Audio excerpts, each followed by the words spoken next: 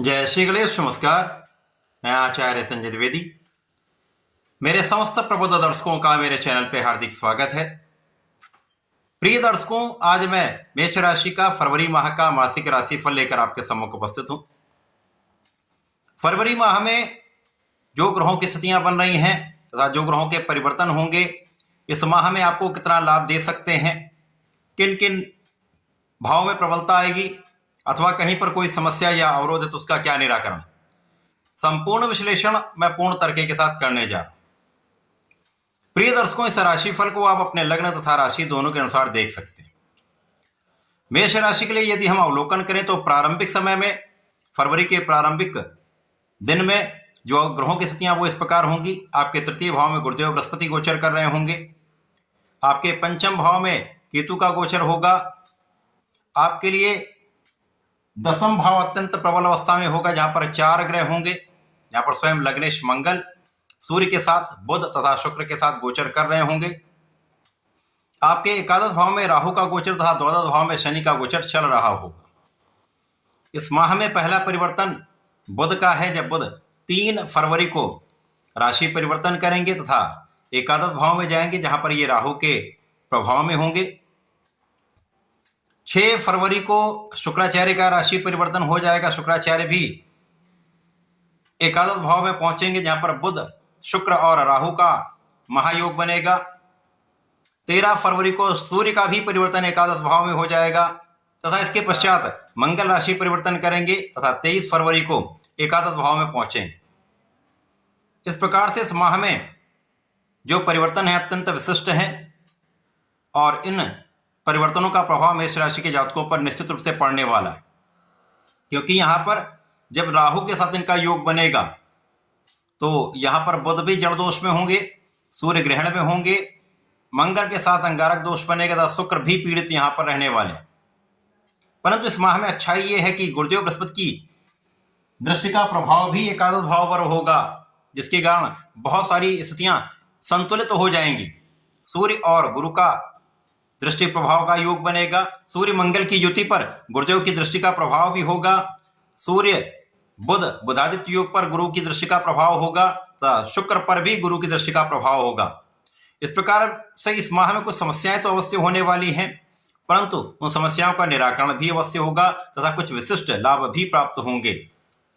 माह के प्रारंभ से आपकी स्थिति अत्यंत प्रबल होगी, जब आप स्वस्थ भी होंगे, आप तनाव रहित भी होंगे, आपका मनोबल भी बहुत अच्छा होगा, आपके अंदर ऊर्जा का श्रेष्ठ प्रवाह रहने वाला है, आपकी क्षमता में वृद्धि हो रही होगी तथा आपके बुद्धि बल का प्रभाव आपके कार्य क्षेत्र में निश्चित रूप से प्राप्त होगा। इस समय में महाधन का योग आपके दसम भाव में बना हुआ, जिसके कारण आपके कार्य क्षेत्र से अच्छे धन का लाभ निश्चित रूप से प्राप्त होगा।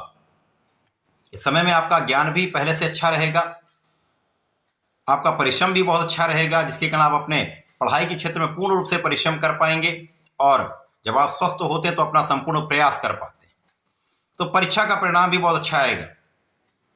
इसके साथ ही साथ इस समय में आपके कार्य क्षेत्र में आपके संपूर्ण प्रयास से, आपके बुद्धि बल से, आपके धैर्य से, आपकी शिक्षा से, आपकी ऊर्जा से आप संपूर्ण रूप से सफलता प्राप्ति करेंगे।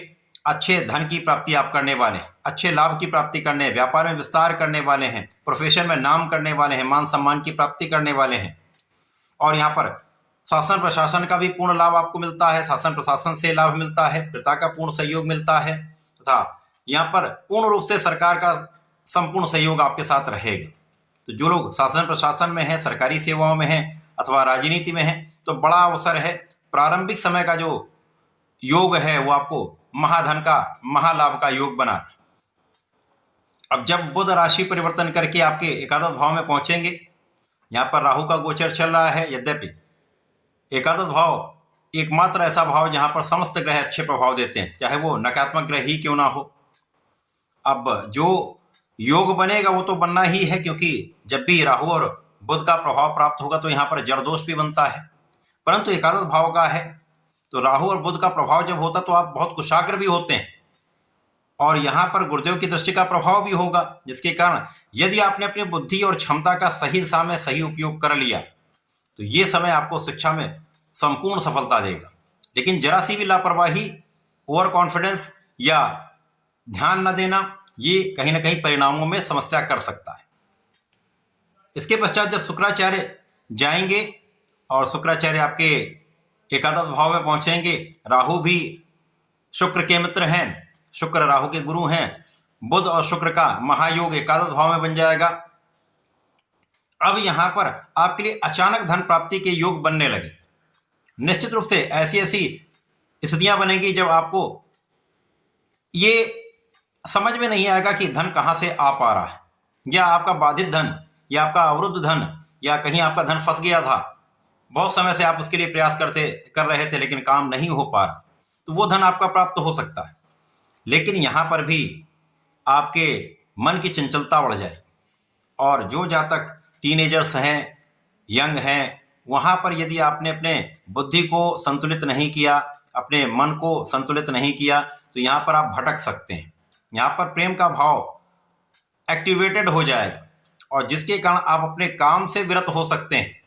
और काम से विरत होने का अर्थ है कि आप लापरवाही करेंगे, आप उतना परिश्रम नहीं करेंगे, आप अपनी क्षमता का उपयोग नहीं करेंगे, तो कहीं ना कहीं धनहानि भी हो सकती है तथा इस समय में समस्या भी हो सकती है।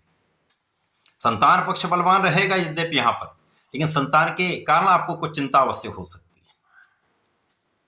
अब जब सूर्यदेव का परिवर्तन आपके एकादश भाव में होगा, सूर्यदेव पंचमेश होकर यहां पर गोचर करेंगे और पंचम भाव के पर इनकी दृष्टि का प्रभाव होगा।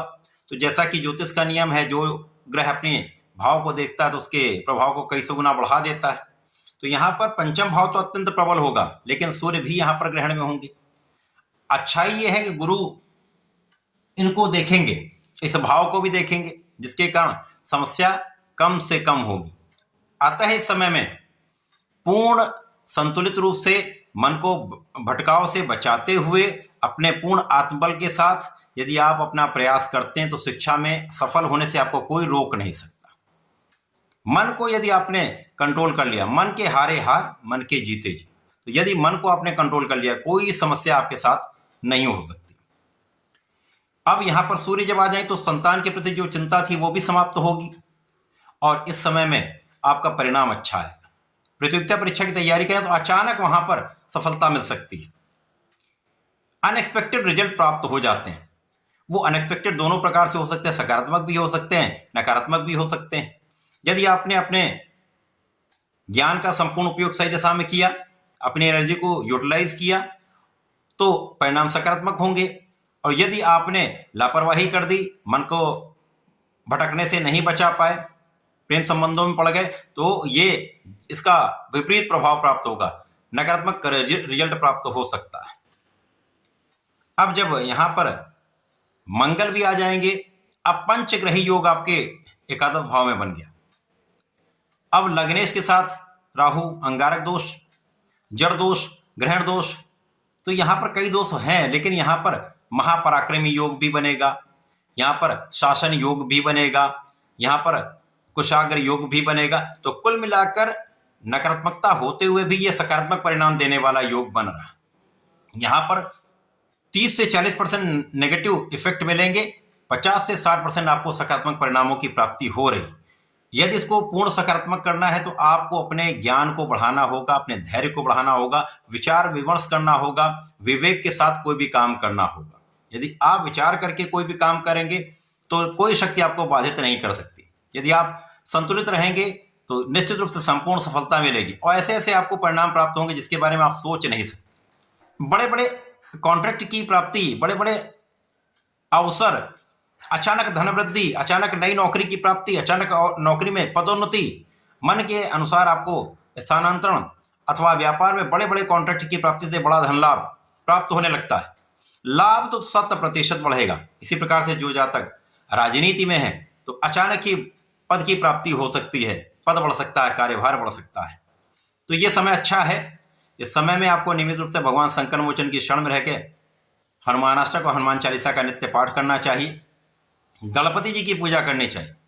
ओम गंग गणपतये नमः का यदि प्रातःकाल और संध्या के समय में एक एक माला का जप करें तो विशेष लाभ आपको प्राप्त हो। तो ऐसा करके इसका उपयोग करें, लाभ लें। धन्यवाद, नमस्कार।